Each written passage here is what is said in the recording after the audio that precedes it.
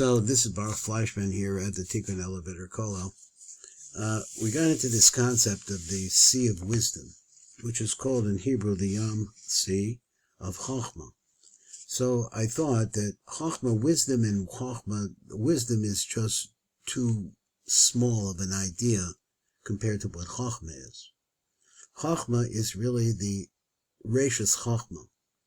It's the beginning of our view of what's beyond the physical world. This is the first place. It's like an interface between the Ein Sof Baruch Hu, something that's totally impossible for us to understand how nothing could possibly make us.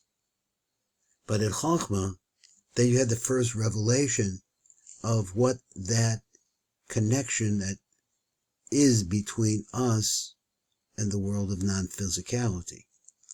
So that's the way I would say it. And we came back over here, and I mentioned here that this is the work, and what we're reading here are some ideas that are written in English, because this is an English-speaking man, this Rabbi Yitzcha Meyer Morgenstern. Perhaps he's English, I'm not sure. I never listened to any of his shiurim. Let's come over here and read, though, what he's saying. So we talked the last time about the Yovel, the Jubilee. And we said that there's two aspects he mentioned. One is the Jubilee itself, which is Bina. And the other one is the Sitra de Yovel, which is the shining of the light of Bina into Malchus, to the extent that Malchus actually becomes a quality of Bina and rises up to it. This seemed to be what I thought that he was saying. And this is actually the concept also of the resurrection of the dead, of the revival of souls, and many, many different things. So he says, and you shall proclaim liberty throughout the land. Liberty is a manifestation of the freedom of the world of Bina. The world Bina, he says, let's take this word Bina. It's spelled Beis Yud Nun He. It's a conjunction of the words Ben, which means son, and Yak, or I pronounce it like that, Yud K. Yud K is Chochmah and Bina.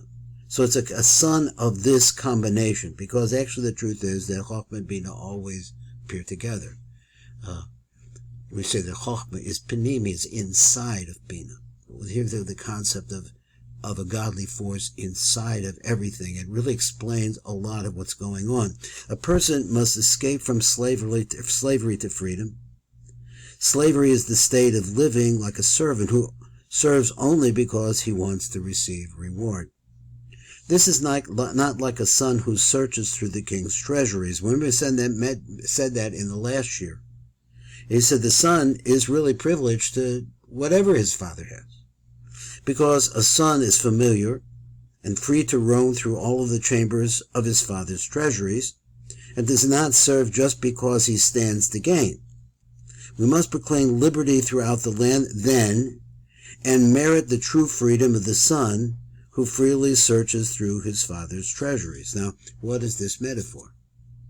So the Zohar teaches that the entire world depends on the person who reaches this level of being a son, where he feels so close to godliness that this is really the person, this is the ultimate goal of us, to be davek to this infinite one, so much that we are like his child. All the world was only created to assist this one, whose entire focus is only on seeing the glories of his father's treasures and experience a revelation of godliness. That's what the treasures are all: chariots. They are all elevator shafts, elevators that can take you to the innermost being of reality, not on the promise of a future reward, because we want the infinite one. He only longs to be closer to the Holy Torah and lives for Hashem alone, not for himself. Slavery means living for things other than Hashem. Let's read a little bit more. When the light of Bina shines, we are uplifted to the state of the Ben Yak. Now, this is the way I pronounce it. I heard it pronounced by Yaakov Cronenberg. He's not a rabbi. By Yaakov Cronenberg.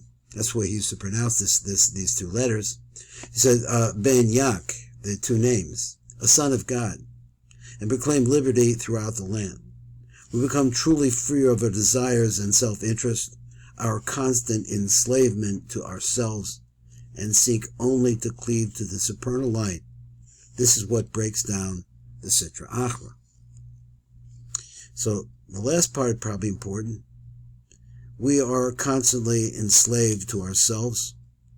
This is the concept that Rabbi Meyer talks about when he says that we talk, the monkey talk that keeps going on in our heads and never stopping. It's all about us.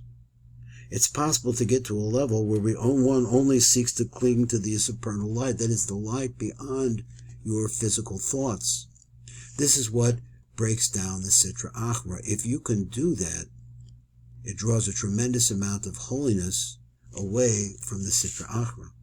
That is the other side, the force of the Satan. This is the main holiness of the godly image that is inside each and every person. When one binds himself to the divine names, he breaks the hold of all forms of idolatry, lust for money and improper desires. Worldly lusts only affect a person when he is only serving Hashem in order to receive a reward. Now this is a little Musar idea that he says. When a person is seeking Hashem, he's not looking for the satisfaction of his lusts. Such slave-like service is another manifestation of lust for money and other desires to which a person is essentially serving himself. This is not so. The son who searches constantly through the king's treasures, he seeks the king. He is always preoccupied with the holy Merkava, which is another word for the elevator. That he wants to rise up, he wants to get closer, he wants to find the Merkava. He is always seeking to cleave to the 16 supernal visages of the Merkava. Now what are these? He says there were 4 faces. There were 4 sides to the Merkava. The Merkava was box-like, say an elevator. And for each one of those, though, had 4 faces upon it, so that makes 16. Now the Arizal explains in his Meditations of Shema that the 16 phases of the heavenly chariot symbolize the 16 aspects of the Mochin, or facets of godly awareness. So here's what he's saying like this: you or me, who are standing or sitting in this world and listening and thinking, we also have an avenue to be able to pull ourselves up to a higher level. This higher level, now he's not talking about the faces in this case, but he says that there are 4 sides, and the 4 sides could correspond easily to the names, the 4 letters of God's name, Yud Kei Vav Kei. Within each one of those there is another set of 4. That brings it down closer to us so that we could have some kind of a handle to be able to pull ourselves up. Because it is possible to do that. That's the purpose of the Tikkun elevator, is to be able to make us into a position where we can actually reach Bina. So that 16 faces of the heavenly chariot symbolize the 16 aspects of the Mochim, or facets of godly awareness. So we can achieve this. When a person binds his mind to the oneness of the Creator and contemplates the divine names, he is constantly refreshed and empowered to reveal yet another facet of godly awareness. He overcomes the natural tendency of his nefesh to consider the desires of the body and seek reward for himself.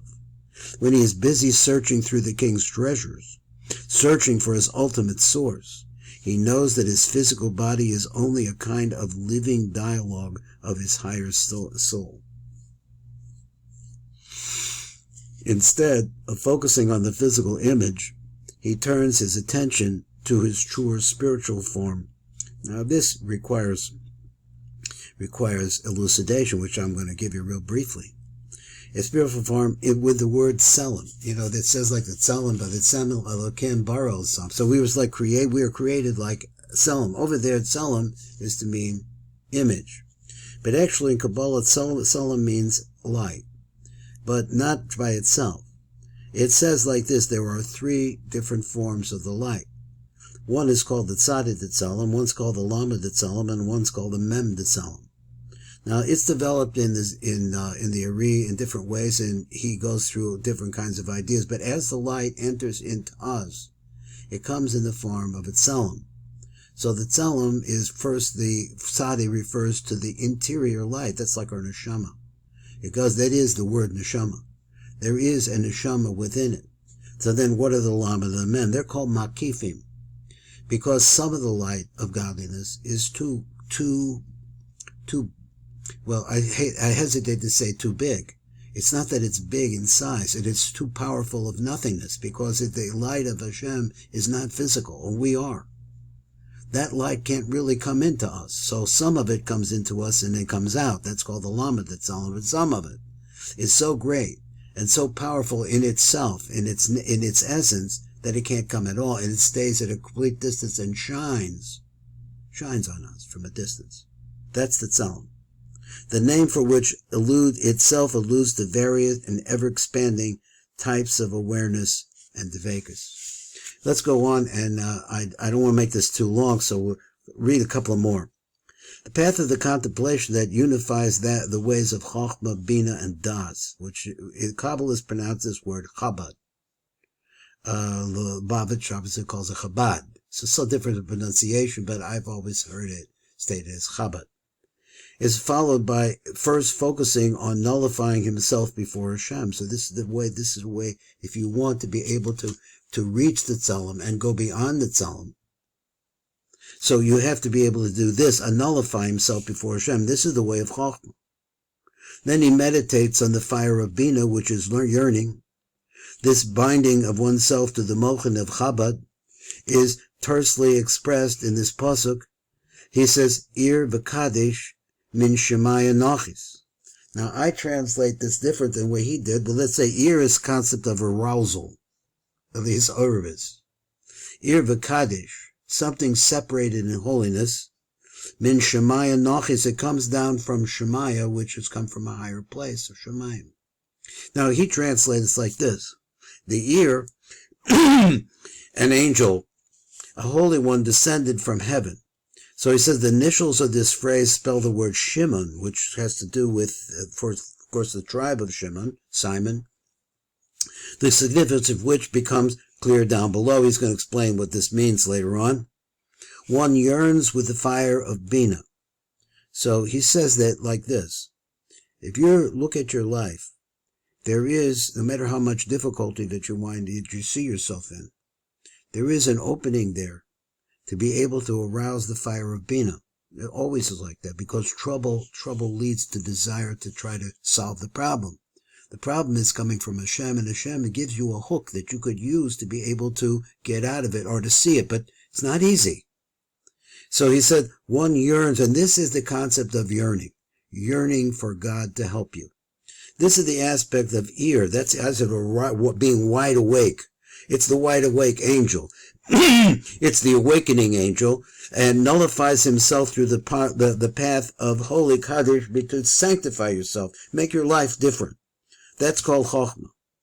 Then the light of Hashem's countenance will descend upon him from above. This is like creating a unity between Chochmah and Bina, which are opposites, but they are always together. That's like husband and wife. So then the light of Hashem's countenance will descend on him. Where does it come through? It comes through the concept of Das. Das is the inner source of the light of the lower worlds. If one follows this threefold path, he will, as a matter of course, become the son who searches through the king's treasuries. This is what he means. We have the right to this because the Kedusha is inside of us, in whose merit liberty is proclaimed throughout the land, and there is freedom from all self-seeking. Everything was from the earth, and everything returns to the earth. It's Hashem's will, that the body return to the earth from which it came. No matter what, you can't live forever, you can't continue on. Our destiny is to return to the aspect of earth, which is called Afar. However, one is truly blessed if he sanctifies himself in this world and does everything he can to bind himself to the higher worlds and the light of the real truth. Such a person knows how to purify in each and every limb, and to what each limb is a living analog in the world of the soul. Now I have to read this again.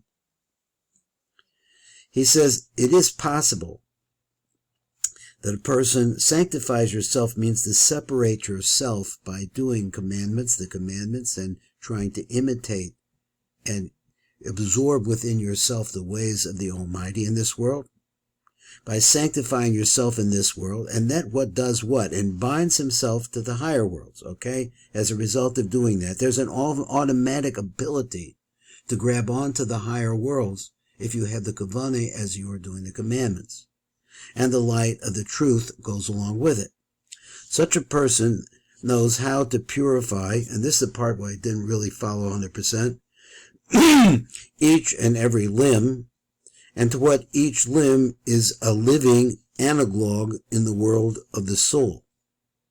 Now, that's a little bit different. He means to say, but when he says limbs, he also means your internal organs. All of you, your heart, your lungs, your right arm, your left arm, so on and so forth. All of them are parts of the real world of soul. But since they're physical, then we have to be able to strive to be able to move beyond. Striving for this knowledge is called searching through the treasuries of the king. When a person habituates himself to greater identification with his spiritual form than his physical body, he merits to constantly see new aspects and new facts about godly awareness.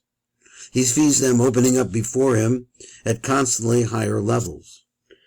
He becomes like a son who is liberated. He is free of thinking only of himself and only of himself all day long, and returns instead to the earth, to the higher aspect of afar, dust, which is faith itself. Well, that's Rabbi Morgenstern. Speaking on the Parsha of last week's Parsha, but we're still in the middle of SEFIRA, and so there's where we're at. This is Baruch Fleischman. You've been listening to the Tikkun Elevator Kollel.